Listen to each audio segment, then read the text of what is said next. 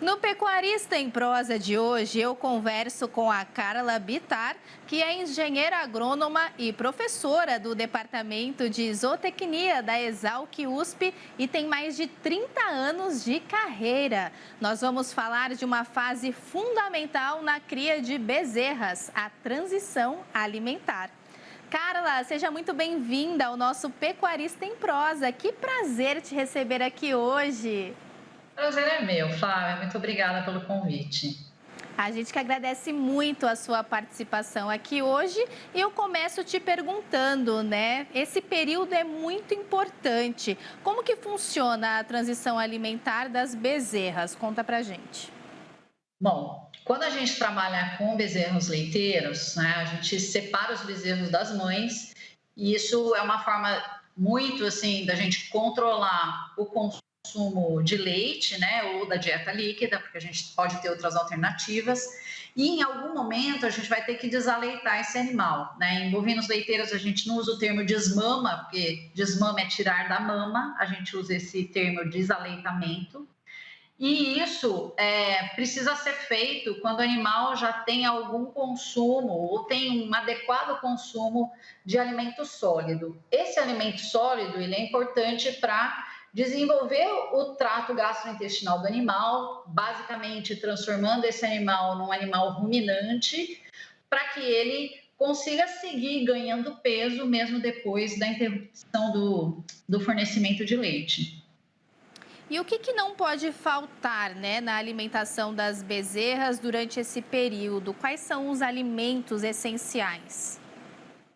No começo de tudo, a gente tem uma grande importância do colostro, né? Isso vai ser essencial durante praticamente a vida toda desse animal, porque vai determinar a imunidade inicial e, portanto, o desempenho ou ganho de peso desse animal. Depois disso, a gente entra com a dieta comum para esses animais, que é basicamente uma dieta líquida, que pode ser leite ou um substituto do leite, uma formulação comercial, e também um alimento concentrado. Né? Quanto mais cedo eu fornecer esse alimento concentrado e também esse animal tiver disponibilidade de água para bebida, mais rápido ele vai aumentar esse consumo. E isso também vai ser importante para a gente conseguir um desaleitamento em idades mais jovens. Então, a gente vai equilibrando esses dois componentes da dieta, que é o leite ou o sucedâneo, substituto do leite e o concentrado, de forma que eu tenha boas taxas de crescimento, bom ganho de peso, mas ao mesmo tempo eu comece a preparar esse animal para a fase seguinte, que é quando a gente vai interromper o fornecimento do leite. Além disso, lá por volta de 40 a 45 dias, a gente pode começar a fornecer um alimento volumoso. O mais comum é o fornecimento de feno, mas a gente também tem trabalhos bem interessantes aqui na Exalc, mostrando que é possível fornecer silagem de milho para esses animais mais jovens. Então, esses são os três alimentos principais, né? A dieta líquida, o alimento concentrado e o volumoso a partir de 40 a 45 dias. E, além de tudo isso, o animal precisa ter água de bebida. E como saber, né, qual que é o aleitamento ideal para bezerra? Natural, misto? É assim, o aleitamento, o ideal é que o animal pudesse mamar o quanto ele conseguisse. Né? A gente sabe, se o animal tiver ao pé da vaca, um bezerro ao pé da vaca, ele pode consumir 10, 12 litros, 14 litros por dia. Mas isso não é sustentável do ponto de vista econômico quando a gente tem o sistema de produção pensando em vender leite. Né? Então, nós vamos controlar isso. Hoje, a gente consegue taxas de crescimento muito boas, fornecendo 8 litros nas primeiras semanas, nas primeiras 4, 5 semanas, e depois disso, reduzindo para um volume de 6 litros, em algumas situações para 4 litros, para depois fazer um desaleitamento gradual, que é reduzir um pouquinho por dia, lá por volta da nona, às vezes 10ª semana, às vezes até mais tarde. Então, assim, quando eu falo às vezes, é porque não existe uma recomendação única, vai depender muito da fazenda, vai depender muito do tipo de animal que está sendo criado, vai depender do investimento que o produtor quer fazer com a criação de bezerras. Então, são diversos fatores que vão determinar como é que vai ser esse manejo. Excelente. Quais são os outros cuidados que são aí indispensáveis no manejo da dieta sólida?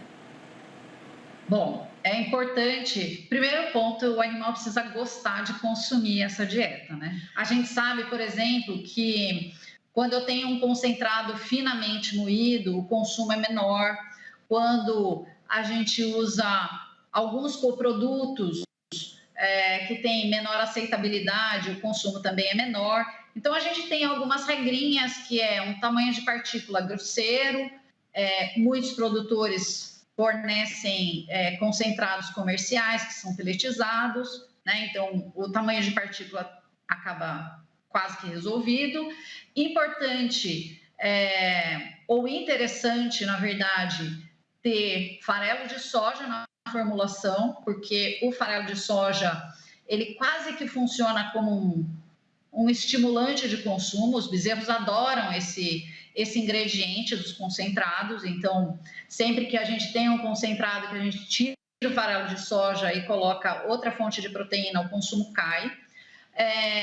E, além disso, né, do bezerro gostar daquilo que está sendo fornecido, esse alimento ele precisa ser de alta qualidade. Eu preciso ter um controle da qualidade dos ingredientes, um controle de qualidade com relação à estocagem. A gente acabou de fazer um levantamento que é comum ter micotoxina nos concentrados de bezerros jovens. Isso, sim, a gente não imaginava. Então, precisa ter um manejo também para que o material esteja sempre fresco no coxo, né? Muitas fazendas vão remontando, a sobra de hoje eu vou colocar mais um pouco por cima e no final, lá no fundo do baldinho, o concentrado ele está úmido, está mofado. Então, tem uma série de cuidados que a gente tem que ter para estimular o consumo desse alimento, que vai ser essencial para a manutenção do ganho de peso depois que a gente fizer o desaleitamento. Dicas importantíssimas, né, para os produtores. E como que o produtor pode saber que a sua transição alimentar está sendo um sucesso? Bom, é só olhar para os animais depois do desaleitamento. Quando você interrompe o fornecimento da dieta líquida, esse animal passa a consumir só dieta sólida, agora maiores quantidades de volumoso. É importante a gente entender qual é a ocorrência de doenças, qual é o ganho de peso desses animais. Visualmente, a gente já entende que a coisa está indo bem ou não, né? A gente percebe se o animal está com pelo liso, brilhante, né? Com um bom score de condição corporal, a coisa está andando bem. Mas se você chega numa fazenda e olha o piquete ou o lote de animais que acabaram de ser desaleitados, com vários animais com sinais de morbidade, com sinais de doença, então a orelha caída, o animal depressivo,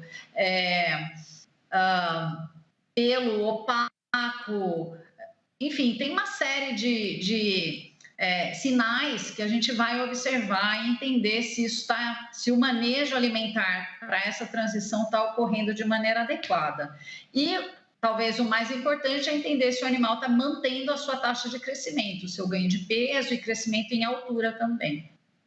É muito importante, né, Carla, o produtor estar atento a esses sinais e também, claro, vai perceber o aumento da produtividade e da lucratividade da sua propriedade, né?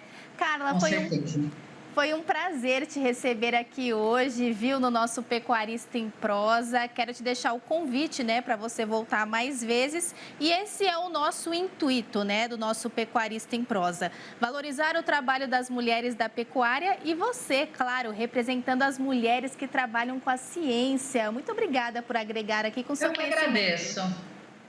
Puxa, uma iniciativa muito interessante de mostrar o trabalho feminino no campo. Muito obrigada. A gente que agradece.